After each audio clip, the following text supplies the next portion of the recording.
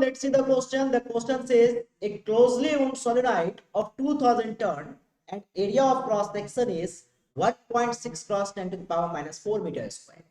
Carrying a current of 4 ampere is suspended through its center, allowing it to turn in the horizontal plane.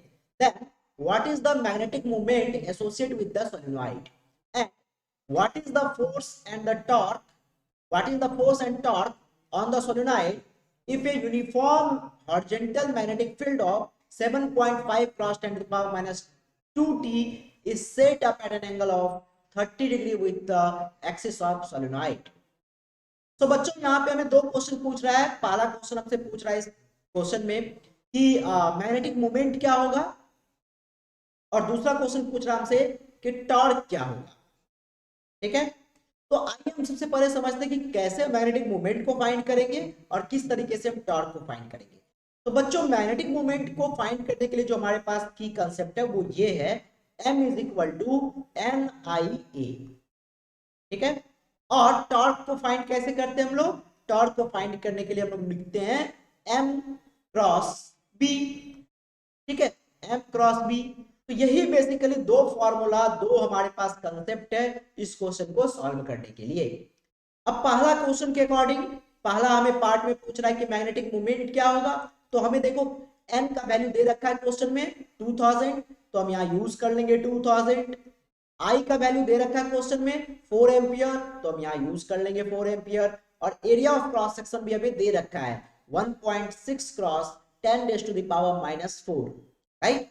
तो जब इसका calculation करोगे बच्चों तो ये अराउंड आएगा आपका 1.28। और जैसा कि यहाँ से हम इस फॉर्मूला से हम निकाल सकते हैं मैग्नेटिक मोमेंट का यूनिट क्या होता है, बेसिकली एम्पियर मीटर स्क्वायर, है ना। तो हम यहाँ लिखेंगे एम्पियर मीटर स्क्वायर। तो जो हमारा आंसर आया वो बेसिकली क्या आया, 1.28 एम्पियर मीटर स्क्वायर। क्लियर, पहला बात तो ये हो गया, पहला क्वेश्चन तो ये हो गया। अब सेकंड पार्ट पे हम आते हैं बच्चों। सेकंड पार्ट में हमसे पूछ रहा है टॉर्क। टॉर्क कैसे निकालते हैं? तो m क्रॉस b करते हैं हम लोग। अब m क्रॉस b को हम लोग एक्सपेंड करेंगे तो क्या लिखेंगे, mod of m mod of b into m और b के बीच वाला एंगल मतलब साइन थीटा। ठीक है, अब यहां से m का वैल्यू हम निकाल चुके हैं, कितना आया 1.28 आया। b का वैल्यू हमें कितना आया, b का वैल्यू सर हमें जो पहले क्वेश्चन में दे रखा है b का वैल्यू कितना 7.5 cross 10 to the power minus 2, तो हम यहाँ पुट कर लेंगे 7.5 cross 10 to the power minus 2। और थीटा भी हमें क्वेश्चन में दे रखा है कितने डिग्री पे हो गया, वो 30 डिग्री पे, तो इनटू साइन 30 डिग्री, है ना। कितना आया 1.28 into 7.5 cross 10 to the power minus 2 into sine 30 कितना होता है बच्चों 1/2।